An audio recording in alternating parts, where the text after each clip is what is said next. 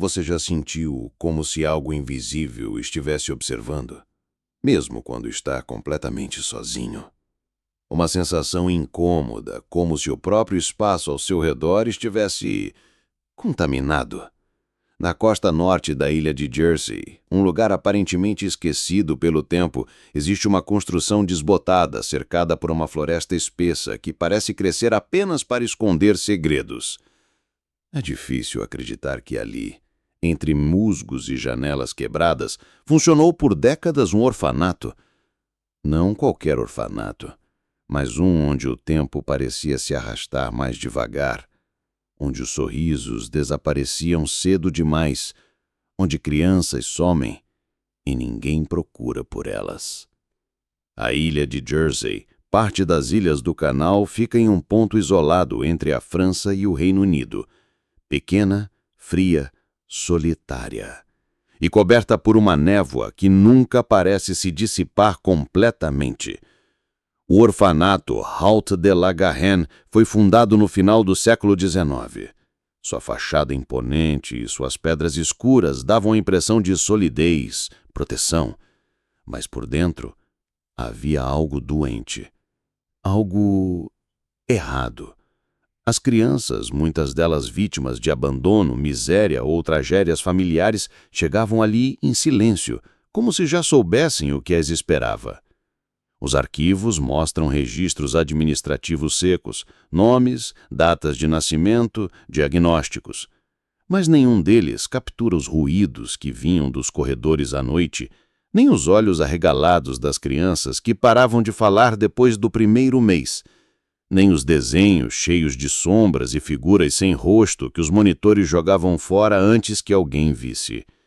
Professores, cuidadores, diretores, todos pareciam ter uma aura de cansaço crônico. Movimentos mecânicos, vozes abafadas, como se a própria estrutura sugasse lentamente a vitalidade de quem entrasse. Mas havia uma exceção.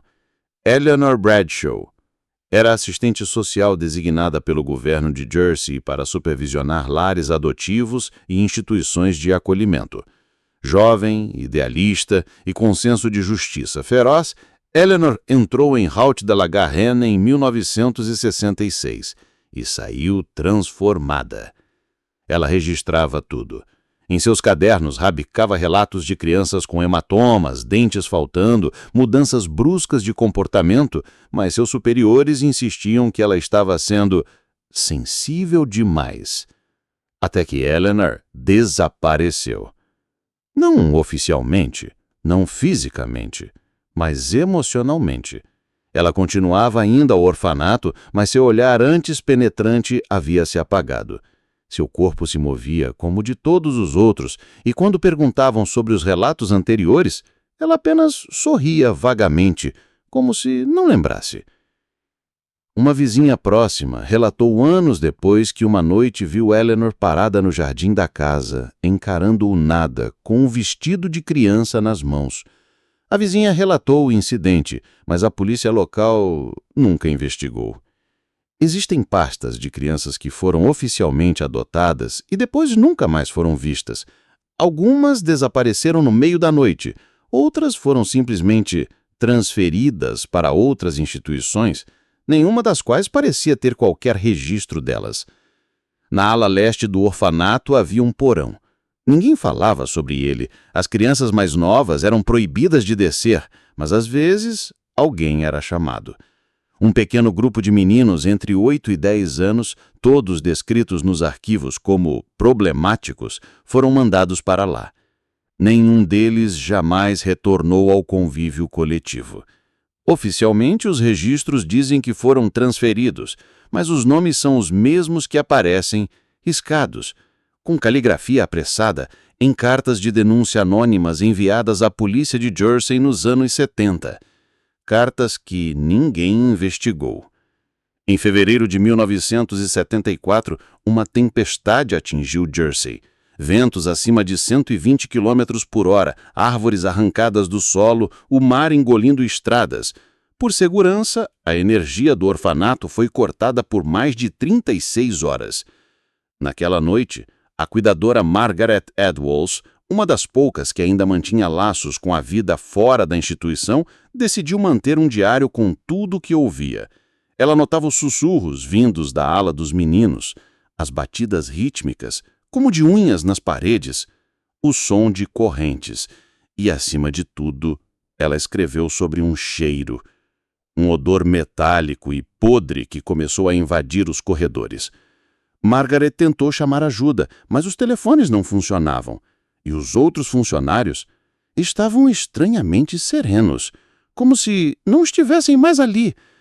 Quando a tempestade passou e os técnicos chegaram para restaurar a energia, encontraram a Sra. Edwards trancada em um armário de vassouras, tremendo, desidratada e murmurando uma mesma frase repetidas vezes. Eles não são crianças, eles não são crianças, eles não são crianças. Foi aposentada por invalidez psicológica 3 meses depois, internada. Nunca mais falou coerentemente. Em 2008, escavações arqueológicas revelaram os restos de um osso humano no porão do orfanato, precisamente na ala leste. Um fragmento craniano de uma criança. As investigações que se seguiram trouxeram à tona um número estarrecedor de alegações de abuso físico e sexual, encobrimentos institucionais e falhas sistêmicas. Mas há algo que nunca apareceu no noticiário. Um relatório interno, vazado anonimamente, menciona que junto ao osso havia uma pequena caixa de madeira. Dentro dela estavam pedaços de tecido infantil e dentes. Todos humanos, nenhum com sinais de trauma mecânico. Mas o que mais perturbou os investigadores foi o fato de alguns dentes serem recentes, como se tivessem sido arrancados há poucos meses. O orfanato fechou. O prédio foi abandonado, mas moradores da ilha ainda juram ouvir, em noites de vento forte, o som de risadas infantis vindas da floresta próxima. Risadas vazias, rítmicas, frias. E o mais perturbador, sempre em grupos de 5, nunca 4, nunca 6, 5 vozes, como se estivessem chamando mais alguém para brincar. Alguém que ainda não percebeu, que nunca saiu do orfanato. Em 2012, um grupo de exploradores urbanos decidiu filmar um documentário amador sobre locais abandonados com histórias obscuras. Um dos integrantes, Jonathan Reeves, era natural de Jersey e sugeriu que começassem por Haut de la Garenne. Os outros hesitaram, muitos já conheciam os rumores, mas Jonathan insistiu. Disse que era apenas um prédio velho. Eles entraram pela lateral do edifício, onde a vegetação crescida cobria a maioria das janelas. Lá dentro, o ar parecia parado. Quente demais para um prédio sem aquecimento. Havia marcas nas paredes, como se pequenos dedos sujos de terra tivessem sido arrastados ao longo dos corredores. Um dos membros, Ellie, comentou que sentia como se estivessem sendo observados, não de um ponto fixo, mas de todos os lados ao mesmo tempo. Eles riram, tentando dissipar a tensão, mas o som da risada deles pareceu não se propagar, como se o ambiente absorvesse qualquer leveza, qualquer tentativa de quebrar o peso do lugar. Na gravação original, hoje guardada por investigadores independentes, é possível ouvir o som de algo correndo, mas apenas no microfone direcional. Nenhum deles relata ter ouvido na hora. Quando chegaram à ala leste, o clima mudou. Um dos exploradores, Derek, começou a vomitar repentinamente. Disse que sentia gosto de ferro. Os outros queriam sair, mas Jonathan, visivelmente tenso, murmurou: "Já que estamos aqui, vamos até o porão." Era como se algo o conduzisse.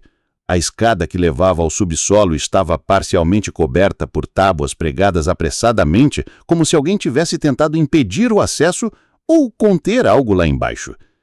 Eles desceram com lanternas. A gravação fica tremida, a imagem se distorce, o som falha por alguns segundos. Quando a câmera volta ao foco, há uma sala estreita, com paredes de pedra úmida. No chão, caixas de madeira abertas, semelhantes às descritas no relatório de 2008. Uma delas ainda continha restos de tecido infantil e um sapato. O que ninguém explicou até hoje é o que aparece atrás deles, por alguns quadros, refletido no vidro de uma janela quebrada. 5 silhuetas pequenas, paradas, imóveis. Nenhuma feição visível, nenhum detalhe. Apenas formas, observando. Jonathan saiu da sala cambaleando, dizendo que ouvia uma música, uma cantiga de ninar. Ellie desmaiou poucos segundos depois. Os outros 3 fugiram em desespero. Jonathan não saiu. Seu corpo nunca foi encontrado. Ellie foi internada com trauma severo. Em seus primeiros dias no hospital, dizia, repetidamente, ele foi escolhido. Eles não gostam de quem ri. 2 meses depois, ela desapareceu da clínica psiquiátrica. A diretora relatou que a menina havia ido ao banheiro sozinha durante o recreio. A porta estava destrancada, mas o local estava vazio. No espelho do lavatório havia algo escrito com dedos molhados. Agora somos 7.